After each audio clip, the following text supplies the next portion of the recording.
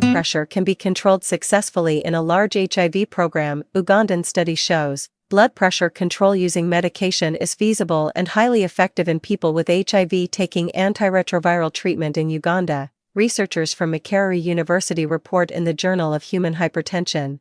They found that using one drug, amlodipine, was sufficient to achieve blood pressure control in 96% of people with blood pressure below 160/100, stage 1 hypertension. High blood pressure is common in people with HIV. As people with HIV grow older, high blood pressure becomes a more frequent health problem. Left untreated, high blood pressure contributes to the development of heart disease, stroke and kidney disease. In addition to the classic risk factors of age and higher body weight, 2 clinical trials in Cameroon and South Africa found that people taking antiretroviral treatment containing dolutegravir were more likely to develop high blood pressure.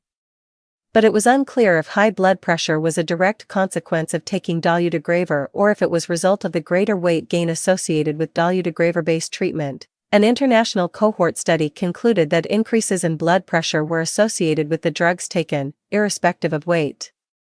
People who took an integrase inhibitor and tenofovir alafenamide were more likely to have high blood pressure than those who did not take these drugs, as were people who took either an integrase inhibitor or tenofovir alafenamide. As more people with HIV transition to dolutegravir-based treatment, increases in blood pressure associated with the drug may become more common, increasing the need for management of hypertension in HIV programs.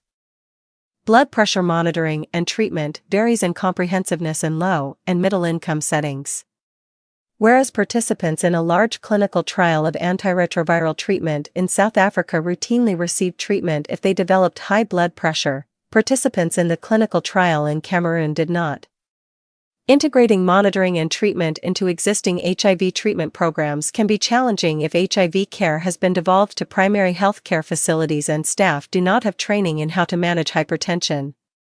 The extra cost of medication to treat high blood pressure can also be a burden for people with HIV, and drug stockouts affect continuity of treatment.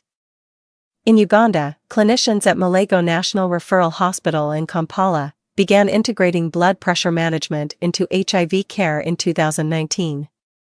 They established a prospective cohort study to evaluate the effectiveness and feasibility of drug treatment to manage hypertension, using the WHO Hearts treatment protocol. People with blood pressure in the range 140 to 159, diastolic, and 90 to 99, systolic pressure, hypertension grade 1, started treatment with amlodipine 5 mg and continued on this treatment if their blood pressure was controlled below 140/90 after 1 month. Those with higher blood pressure or uncontrolled blood pressure, despite single drug treatment, received amlodipine 5 mg and valsartan 80 mg. With dose escalation at months 3 and 4 if blood pressure remained uncontrolled.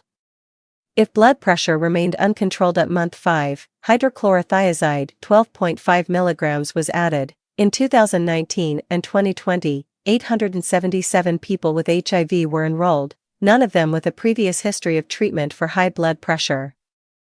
The majority of people treated for hypertension were aged 50 or over, had CD4 counts above 200, and had been taking antiretroviral treatment for 5 to 10 years. The most common treatment regimens were zidovudine, lamivudine, and nevirapine, 40%, or tenofovir, lamivudine, and efavirenz, 25%. 62% of study participants were female, 30% had grade 1 hypertension and started treatment with amlodipine. People with grade 1 hypertension were slightly more likely to have obesity, and to be female, and slightly less likely to have diabetes or to have taken antiretroviral treatment for at least 5 years. But these differences were small. 2/3 achieved blood pressure control. The investigators say that the rates of blood pressure control observed in this study are high in comparison with studies in the general population in the United States and Malaysia, each of which achieved control in approximately 2/3 of participants. The favorable outcome of the Ugandan study may have been affected by ongoing adherence counseling already in place to support antiretroviral treatment. Longer experience of adhering to antiretroviral therapy may explain why people who had been on treatment for at least 10 years achieved blood pressure control more quickly than others, the authors suggest.